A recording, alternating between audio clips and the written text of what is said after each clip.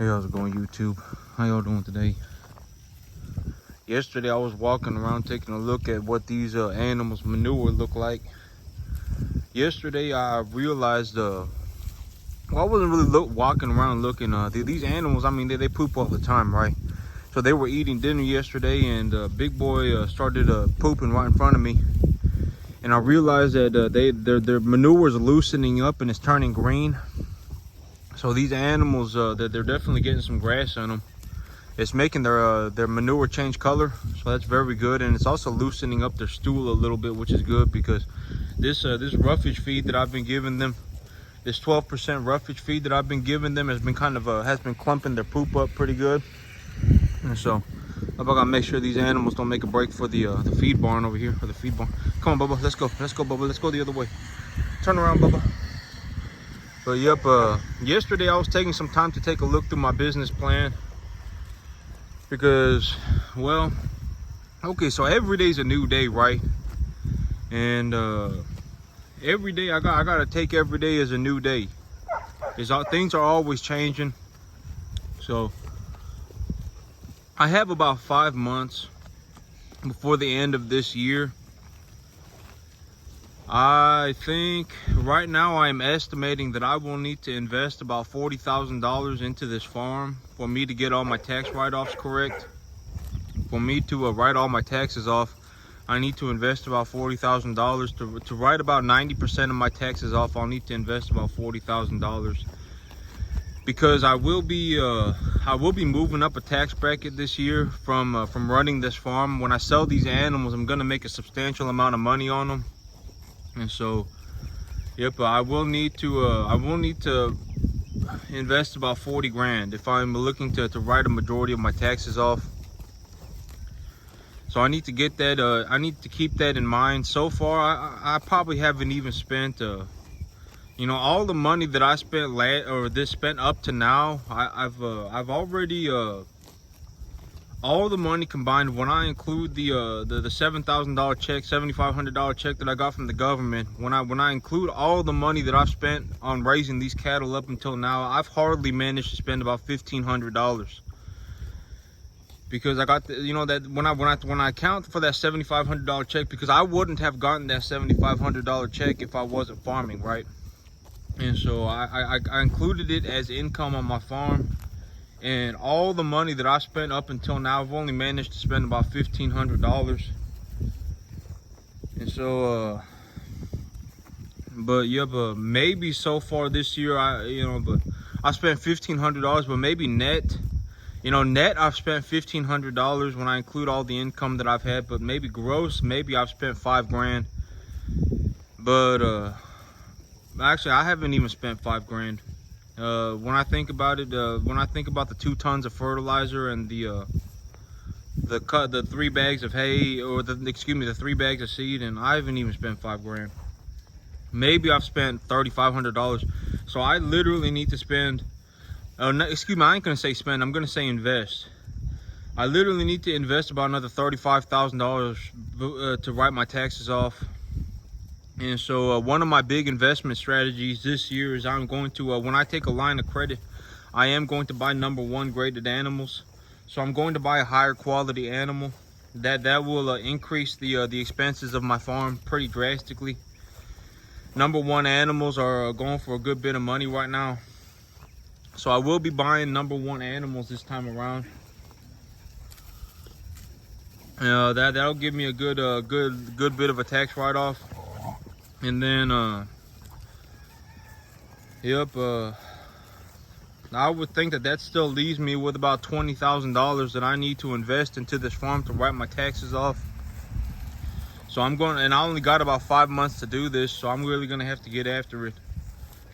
If it comes to worst case scenario, I could go and buy myself a new truck, an F-250, and write it off on my taxes. I could talk to my CPA about doing that. But I'm gonna have to figure it out because, I have a job, but I also run this farm, and this farm makes me a tremendous amount of money. And the money that I make on this farm, I'm gonna have to pay a lot of taxes if I don't do something about this. if I don't invest the income, I am going to have to pay a large sum of taxes.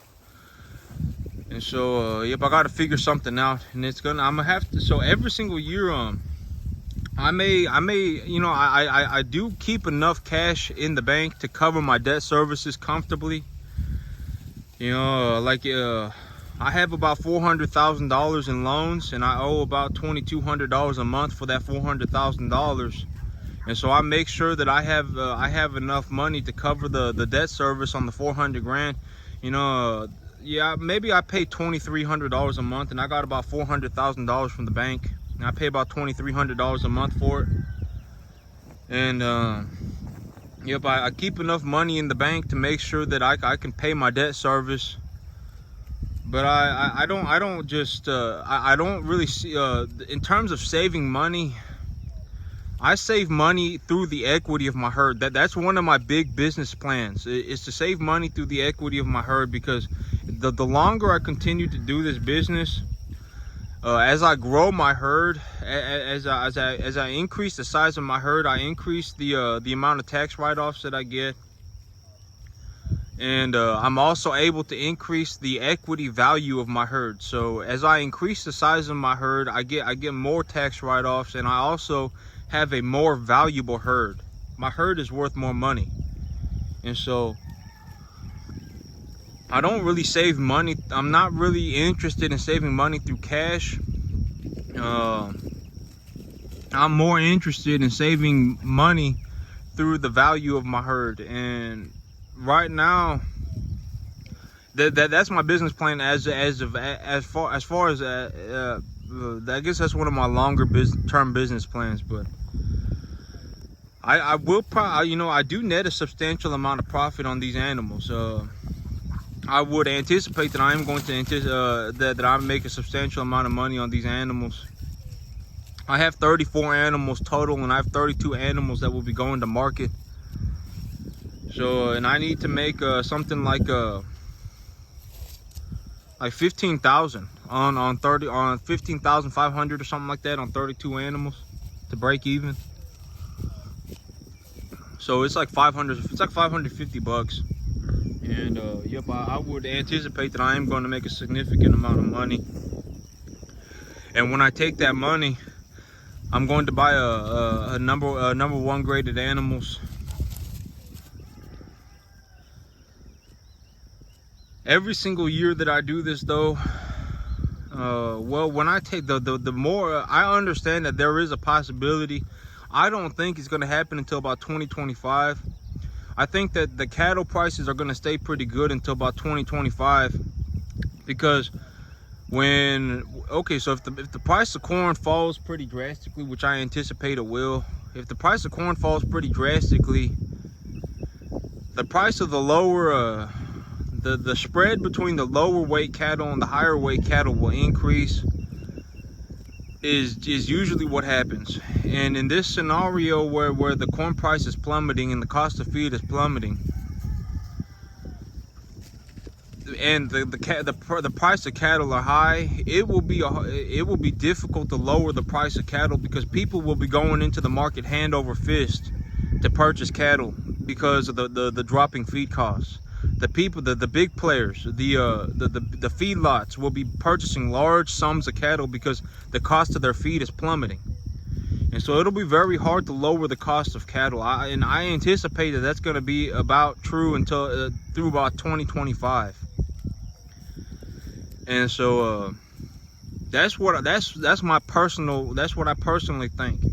But if it turns into a situation where I believe that the cattle market is starting to fall, and it's going to fall pretty consistently, I will consider taking some sort of a strategic action to short the cattle market. Maybe I'd buy an LRP, or I'd look into, could I possibly open up an account to trade the CME? I've never traded on the CME platform, and I don't know how exactly how that's possible or whatever, but maybe I could open up an account to trade on the CME platform to short the cattle market myself. Maybe I could purchase an LRP. And I understand that from my understanding, the LRP programs are government subsidized. So I could maybe get an LRP program running on my cattle. And also one other thing that I could do is I could put these cattle on a 3-month program instead of a 1-year program. I could look into turning cattle around every 3 months, so I could bring in a 2.5 weight animal and take him to about a 5 weight, or I could bring in a 3.5 animal and take him up to about a 6 weight in 3 months, and then turn him back, put him back on the market to reduce my exposure time to the drop in cattle prices. And so I have a couple of strategies that I came up with for the future in terms of how I'm going to get my taxes handled, as well as what can I do to consistently make money while putting myself to prepare for the worst case scenario, right? What if the cattle prices do start dropping pretty drastically, pretty fast? You know, what am I gonna do then? Etc., etc. How much capital do I need to invest to write off my taxes? You know, how much of an income do I think I'm gonna make? Things like that. But that's it for me today, YouTube. Y'all have a good one.